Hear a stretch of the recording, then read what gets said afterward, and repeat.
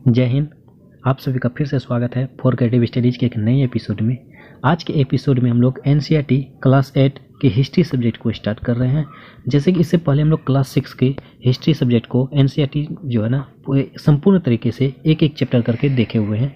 ठीक उसी प्रकार हम लोग क्लास 8 को भी एक एक करके हर एक चैप्टर को संपूर्ण तरीके से अच्छी तरीके से देखने का प्रयास करेंगे। और आप सबों को एनसीईआरटी की महत्व तो पता ही होगा कि कितनी महत्वपूर्ण योगदान निभाती है एनसीईआरटी की पुस्तकें, चाहे कोई भी एग्जाम्स हो, आप जनरल कंपटीशन के करते हो या स्टेट पीसीएस हो या यूपीएससी। इसमें हम लोग ज़्यादातर देखेंगे स्टेट पीसीएस और यूपीएससी लेवल के जो भी क्वेश्चंस पूछे गए हैं उस टाइप से क्वेश्चन हम लोग देखते चले जाएंगे, उस टाइप से हम लोग प्रिपरेशन करेंगे। ठीक है, तो स्टार्ट करते हैं आज के सेशन को। आज फर्स्ट क्लास रहेगी क्लास 8 की, तो उसमें हम लोग चैप्टर नंबर फर्स्ट को देखेंगे, कैसे कब और कहाँ। ओके, कैसे कब और कहाँ। तो चलिए देखते हैं क्या क्या दिया गया है इस फर्स्ट चैप्टर में। कहा जाता है कि रॉबर्ट क्लाइव ने 1782 में रेनेल को भारतीय नक्शा बनाने का आदेश दिया था। ठीक है, जिस तरह से मैं शॉर्ट नोट्स बना रहा हूँ आप भी सेम टू सेम बनाओ। इससे होगा क्या, आपको लास्ट टाइम में जो ना कम समय में रिवीजन करने में सुविधाएं हो। ओके, तो आप सभी इस तरह से नोट्स बना सकते हो और मैं इसका पीडीएफ जो है टेलीग्राम चैनल पे अपलोड कर दूंगा, तो आप भी वहाँ से कलेक्ट कर सकते हो बिल्कुल फ्री में, मुफ्त में। ओके, तो देखो कहा जा रहा है रॉबर्ट क्लाइव तो आप जानते होंगे कि ये ब्रिटिश का गवर्नर जनरल था। ओके, तो उन्होंने सबसे पहले 1782 में रेनेल नामक व्यक्ति को जो ना भारतीय नक्शा बनाने का आदेश दिया था। इन्होंने सबसे पहले आदेश दिया था। इस तरह से आप फैक्ट को याद कर सकते हो। ठीक है, रॉबर्ट क्लाइव ने सर्वप्रथम 1782 ईस्वी में रेनेल नामक व्यक्ति को भारतीय नक्शा का बनाने का आदेश दिया था। ओके, तो इस फर्स्ट यूनिट में जो ना कुछ खास नहीं है, इसमें फैक्ट है, फैक्ट को आपको याद करना होगा। ठीक है, तो कॉन्सेप्ट जो है इसमें ज़्यादा कुछ नहीं दिया गया, फिर भी मैंने इस पर हम लोग को देखना बेहद जरूरी है, काफ़ी ज़्यादा महत्वपूर्ण है। यदि आप इसको देखेंगे तो ताकि नेक्स्ट सेशन में, नेक्स्ट चैप्टर में आपको समझने में सुविधाएं हो। ओके, तो कहा जा रहा है कि सर्वप्रथम जो है ना प्रथम गवर्नर जनरल कौन थे, यानी कि ये EIC मतलब ईस्ट इंडिया कंपनी के इंग्लैंड के तरफ से जो भारत में ये प्रथम गवर्नर जनरल कौन थे, वारेन हेस्टिंग्स जो थे वो प्रथम गवर्नर जनरल हुआ करते थे। ओके, ये इंग्लैंड के थे। ओके, आप सबको को पता ही होगा। उसके बाद कहा जाता है अंतिम वायसराय कौन थे, गवर्नर जनरल जो वायसराय के रूप में लास्ट में कौन बना, लॉर्ड माउंटबेटन जो है ये अंतिम वायसराय है। आपको कई प्रकार के एग्जामों में देखने मिले होंगे, चाहे जनरल कॉम्पिटिशन्स हो या स्टेट पीसीएस के पीटी के एग्जाम में ये सब क्वेश्चन देखने को मिला है। बहुत सारे एग्जाम में देखने को मिला है।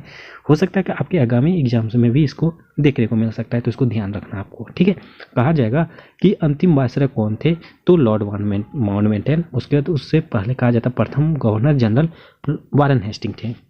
ठीक है, चलिए आगे देखते हैं। कहा जाता है, देखिए अगर हम लोग को इस तरह से फैक्ट याद करेंगे तो याद रहेगा नहीं। ठीक है, कैसे कि प्रथम गवर्नर जनरल कौन था, वारेन हेस्टिंग था। अंतिम वायसराय कौन था, लॉर्ड माउंटबेटन। रट्टा मारेंगे, 10 दिन मारेंगे, 10 दिन याद रहेगा, 11वां दिन भूल जाएंगे।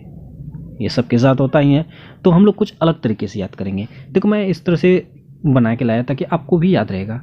मैंने क्या किया है, सारा गवर्नर जनरल्स को एक लाइन करके मैंने एक जगह कलेक्ट कर लिया है। कहा जाता है हेस्टिंग सबसे पहले था, सेकंड स्थान वेलेस्ली, फिर बेंटिंग और Dalhousie, Canning, Lytton, Ripon, Curzon, Lord Hardinge और इरविन। देखिए अगर आप इसको याद कर लेते हैं कम से कम सिर्फ इतना को, गवर्नर जनरल को, इसके बाद कौन है, इसके बाद कौन है, इसके बाद कौन है, इससे क्या होगा ध्यानपूर्वक सुनिएगा।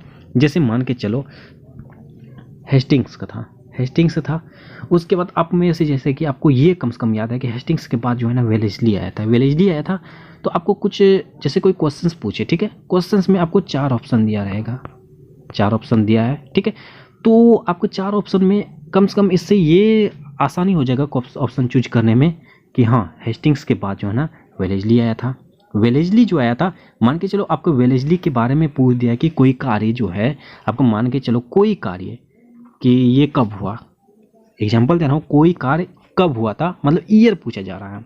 ओके, अगर आपको ये ईयर, आपको इसके बारे में ईयर पता है तो आप इसके नाम पे निकाल सकते हो ऑप्शन से, या नहीं तो आपका सिर्फ कोई काम पूछ दे कि जैसे मान के चलो 1782 ईस्वी में हेस्टिंग्स जो है क्या किया था, इसको नक्शा बनाने के लिए कहा था, भारतीय नक्शा बनाने कहा था। ठीक है, ठीक उसी प्रकार अगर वेलेस्ली के बारे में कुछ पूछ दे, ये कब किया था, या नहीं तो अगर बोल दी जैसे 1782 ईस्वी में लॉर्ड हेस्टिंग जो है वो नक्शा बनाने के लिए कहा था, तो उसी में मान के चलो कहा जा सकता है कि 1790 ईस्वी में किसने क्या किया था, मतलब कौन से गवर्नर जनरल हुआ करते थे।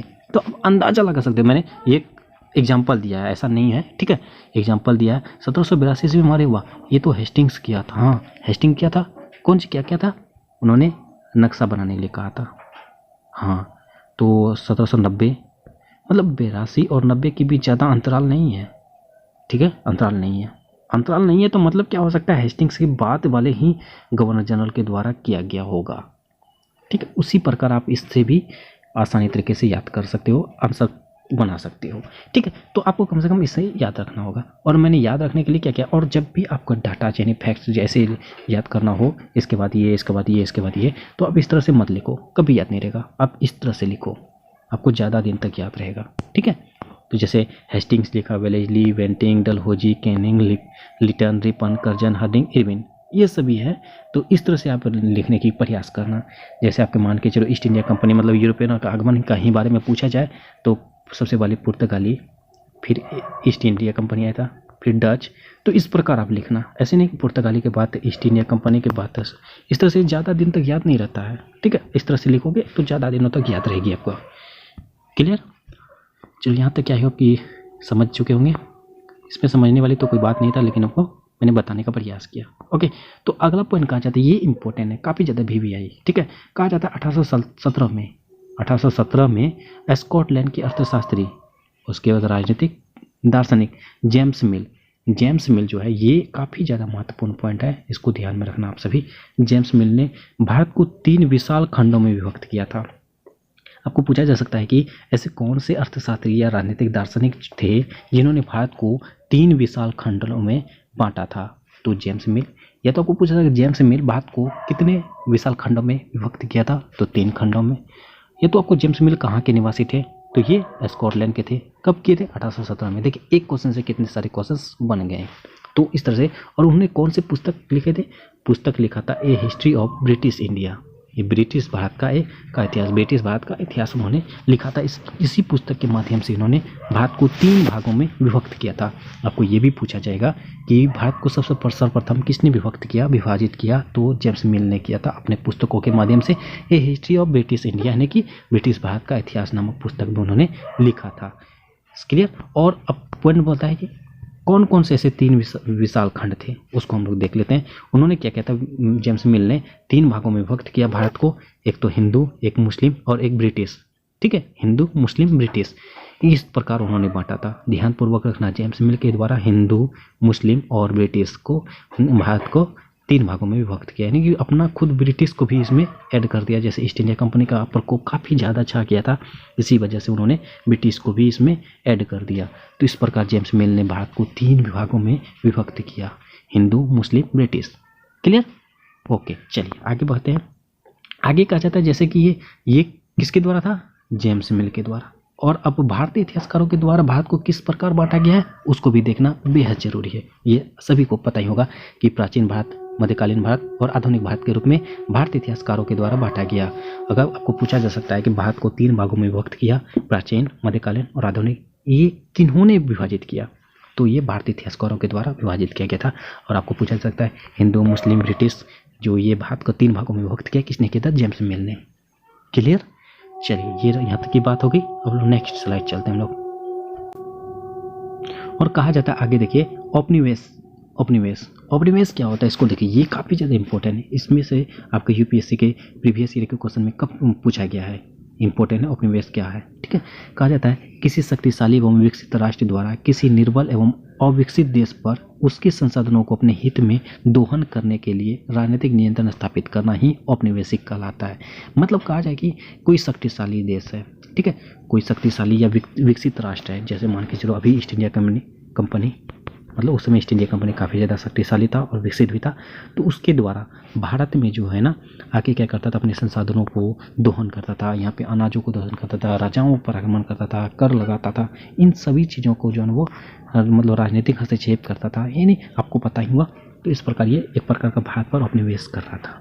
ठीक है, भारत पर औपनिवेश कर रहा था, वही कहा जा रहा है। ये आपको ध्यान रखना औपनिवेशिक, इससे आपको आंसर राइटिंग में काफ़ी ज़्यादा सुविधा मतलब मदद होगी। ये पॉइंट जो आपके यूपीएससी प्री में भी और मेंस दोनों के लिए इम्पोर्टेंट है, इसको रखना दिमाग में। क्लियर। उसके आगे कहा जा रहा है सर्वेक्षण। सर्वेक्षण में क्या कहा जाता है? धरती की सतह, मिट्टी की गुणवत्ता, पेड़ पौधों, जीव जंतु, फसल, इस प्रकार ये इसका सर्वेक्षण किया गया था उस समय कि धरती की सतह और मिट्टी की गुणवत्ता, पेड़ पौधों की तरह इसमें सर्वेक्षण किया गया था। जनगणना के टाइप में जनगणना तरह से एक सर्वेक्षण किया गया था। ओके, 19वीं सदी के अंत में जनगणना, ठीक है, सर्वेक्षण करने लगा। सर्वेक्षण से ये पता लगाने की प्रयास किया कि धरती की सतह किस प्रकार है, मिट्टी की गुणवत्ता किस प्रकार है, पेड़ पौधे कितने हैं, जीव जंतु फसल वगैरह कितने हैं। जैसे अभी जो है वर्तमान समय में जनगणना हो रही है, ठीक है।